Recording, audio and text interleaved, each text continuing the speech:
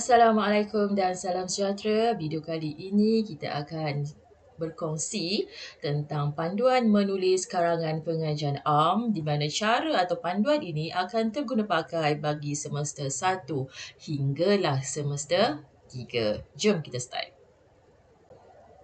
Baik, sebelum itu saya akan terangkan dahulu panduan secara umum bagi penulisan karangan pengajian am. Secara asasnya, syarat umum bagi karangan atau panjangnya adalah di antara 300 hingga 350 patah perkataan. Tetapi sekiranya awak lebih sikit-sikit je, masih boleh dikira. Okey, carangan bagi patah perkataan mengikut perenggan pula disebabkan kita nak mencapai 350. Okey, pendahuluan dan juga penutup, kita sarankan awak untuk buat pendek sahaja dalam 30 patah ataupun 25 lah kalau awak nak betul-betul cukup 3. Ini 335. Okey, ini 335. Maksudnya kalau awak nak panjang sikit lagi pun tak apa. Jadi, taklah jadi terlalu panjang. Untuk perangan 2 sampai 6, bermaksud ini adalah perenggan idea, disarankan buat dalam 55 ataupun 60 patah perkataan bagi setiap perenggan. Untuk silibus baru bagi kombinasi karangan hanya ada 2 sahaja, iaitu kombinasi 5+0 di mana 5 itu bermaksud hanya ada satu fokus isu sahaja. Sekiranya dia ada 2 fokus isu, dia akan menjadi kombinasi 2+3 atau 3+2. Ini adalah contoh soalan yang menggunakan kombinasi 5+0 bermaksud hanya ada satu fokus isu sahaja. Tengok soalan ni. Terdapat pelbagai ancaman. Okay, ada banyak ancaman yang boleh menggugat keselamatan dan kedaulatan Malaysia. Maksudnya, soalan ini difokuskan kepada bentuk-bentuk ancaman yang ada di Malaysia. Maksudnya ada satu fokus isu sahaja. So, 5+0.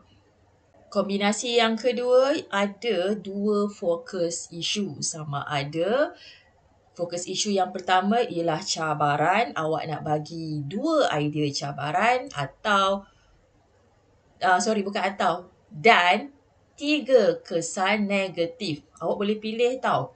Itu pilihan yang pertama. Awak boleh tukar sama ada awak nak buat cabaran 3 pula dan kesan negatif awak nak bagi 2. So, boleh pilih antara 2-3 atau 3-2.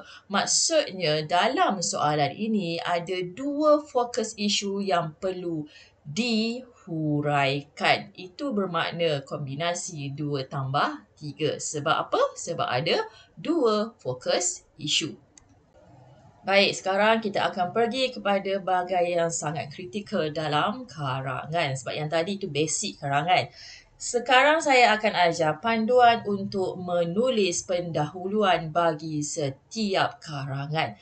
Dalam pendahuluan, kita boleh ambil daripada soalan tadi sebagai pendahuluan, tetapi kita akan buang kata tugasnya. Contoh, kita nak ambil ni semua kan? Tapi dia sangat pendek dan dia ada berapa patah perkataan saja. Awak ambil soalan ini, letak dalam pendahuluan tetapi buangkan istilah kata kerja iaitu kata tugas, Kita akan buang istilah jelaskan. Itu cara yang pertama. Maksudnya ni dia sebenarnya cara paling malas dan paling senang supaya awak tidak lari daripada fokus dan isu soalan tersebut. Tetapi, sekiranya awak ingin memanjangkan pendahuluan itu disebabkan soalan ini terlampau pendek, kita akan lihat kepada isu bagi soalan tersebut. Contoh soalan ini, isunya adalah kejadian banjir. Difokuskan kepada kesukaran. Apa yang akan berlaku ataupun kesusahan yang akan berlaku sekiranya banjir itu berlaku. Dan kesukaran ini berlaku kepada siapa? Berlaku kepada penduduk setempat. Jadi, kita akan ambil isu kejadian banjir ini. Contoh, tengok sini. Saya menambah sedikit ayat di dalam pendahuluan. Awak ambillah secara umum contohnya, kenapa Malaysia sentiasa banjir? Sebab apa? Sebab kedudukan Malaysia yang beriklim tropika akan menerima hujan yang tinggi bla bla bla. Ikut kepada kefahaman dan kepandaian awak memanjangkan isu tersebut dan pastikan ianya relevan untuk bersambung dengan ayat yang kedua. Jangan pilih ataupun tulis ayat yang tak ada kaitan. Tiba-tiba cerita pasal, memang nak cerita pasal banjir, tapi di atas tu cerita pasal yang tak ada kaitan dengan dia. Tak boleh. Kalau tak ada kaitan pun tak cantik. Okey, itu cara untuk membuat pendahuluan. Panduan yang seterusnya, dalam pendahuluan mesti ada isu. Isunya ialah banjir. Nampak sini, saya tulis sini banjir. Ada isu yang cuba diceritakan di dalam pendahuluan dan mesti ada juga fokus isu, iaitu fokus isunya ialah kesukaran kepada siapa? Kita ada kumpulan sasaran iaitu penduduk setempat. Barulah cantik pendahuluan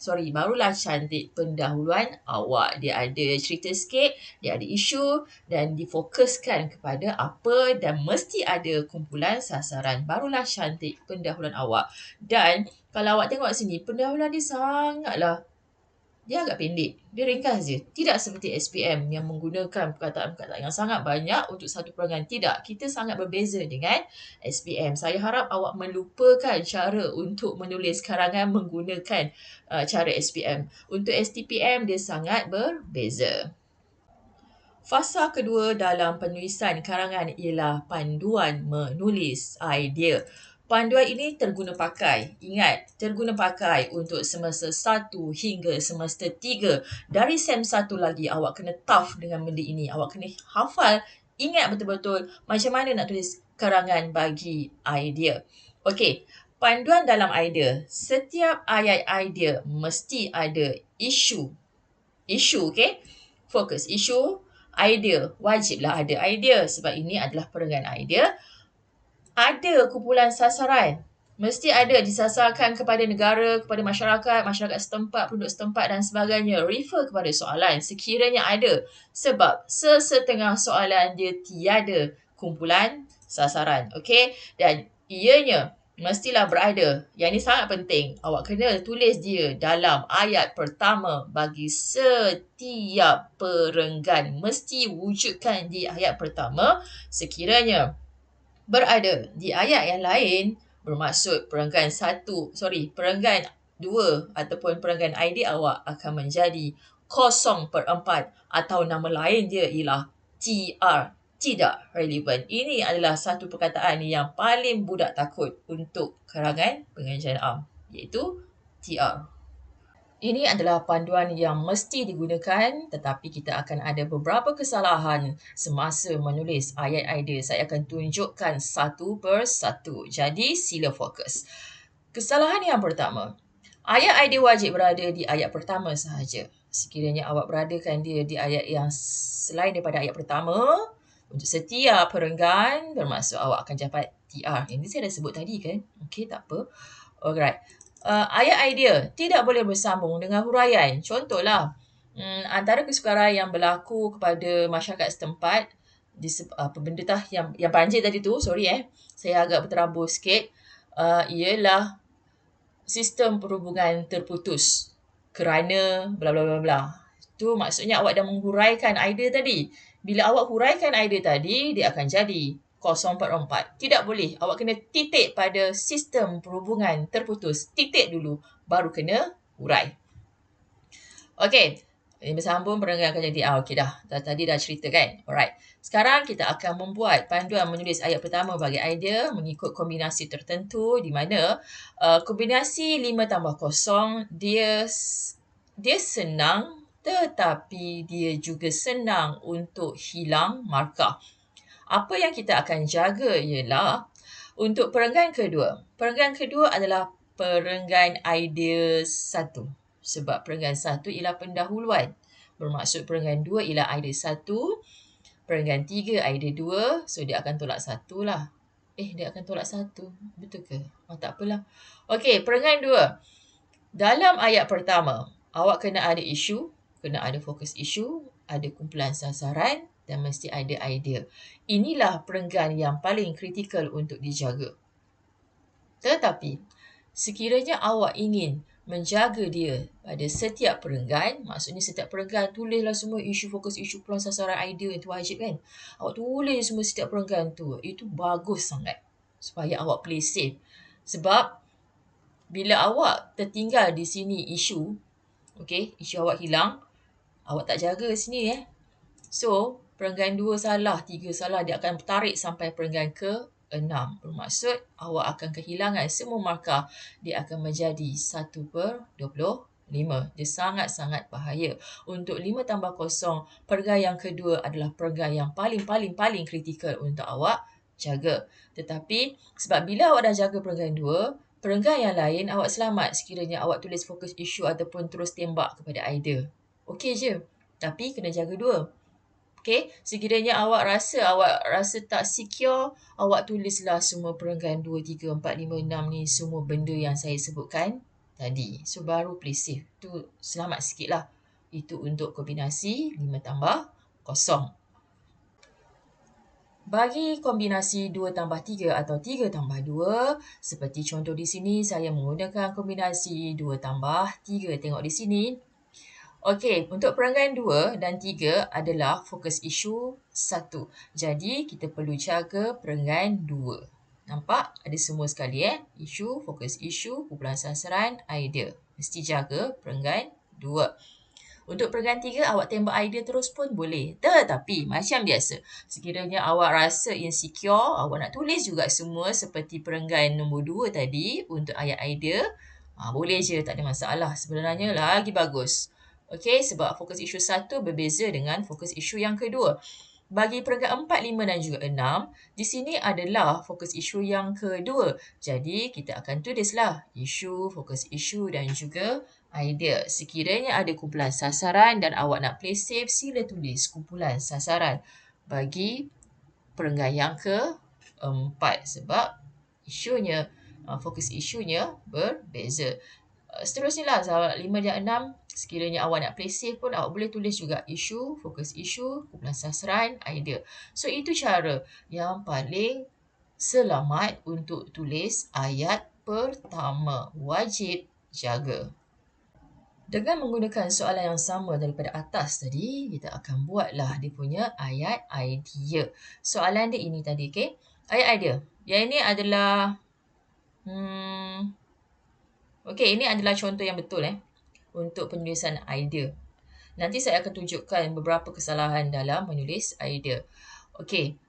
Kesukaran merupakan fokus isu yang dihadapi oleh penduduk setempat adalah golongan sasaran akibat daripada kejadian banjir. Kejadian banjir ialah isunya, manakala sistem perhubungan terputus merupakan idea bagi perenggan ini. So, ini cara paling betul. Ada isu banjir, fokus isu, kesukaran, golongan sasaran, penduduk setempat dan juga idea sistem perhubungan terputus. Ini betul.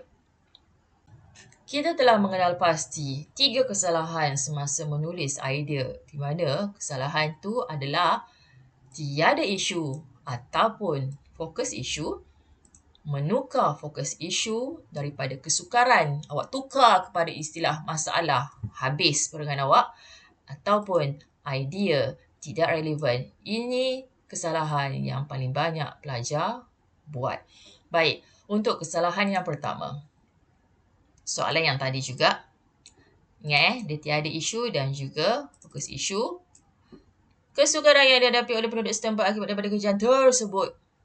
Apakah kejadian tersebut?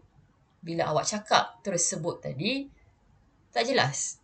Bila tak jelas, terus akan jadi 0/4. Jangan umumkan kejadian itu. Kesalahan yang kedua, menggunakan soalan yang sama. Masalah yang dihadapi oleh penduduk setempat lah. Awak tukar fokus isu. Fokus isu asalnya ialah kesukaran. Tengok sini. Kesukaran. Awak tukar kepada masalah.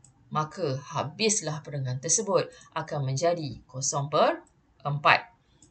Idea tidak relevan. Sekarang ini adalah sistem terputus. Okey. Apa sistem yang terputus itu? Dia sangat umum. Awak kena sebut sistem perhubungan terputus. Sistem perhubungan telekomunikasi terputus. Itu maksud yang lebih tepat. Sekiranya awak menulis idea yang tidak relevan, bermaksud satu perenggan akan menjadi 0/4. Dan setiap kesalahan ini biasa dibuat oleh pelajar, jadi tolong fokus pada setiap kesalahan semasa menulis idea. Perkara yang terakhir dalam penulisan karangan pengerjaan am ialah menulis penutup. Yang ni pun senang juga. Dia tak seperti yang kritikal untuk karangan ialah perenggan idea. Itu paling kritikal. Penutup ni mudah juga. Kita akan startkan dengan istilah kesimpulannya. Koma.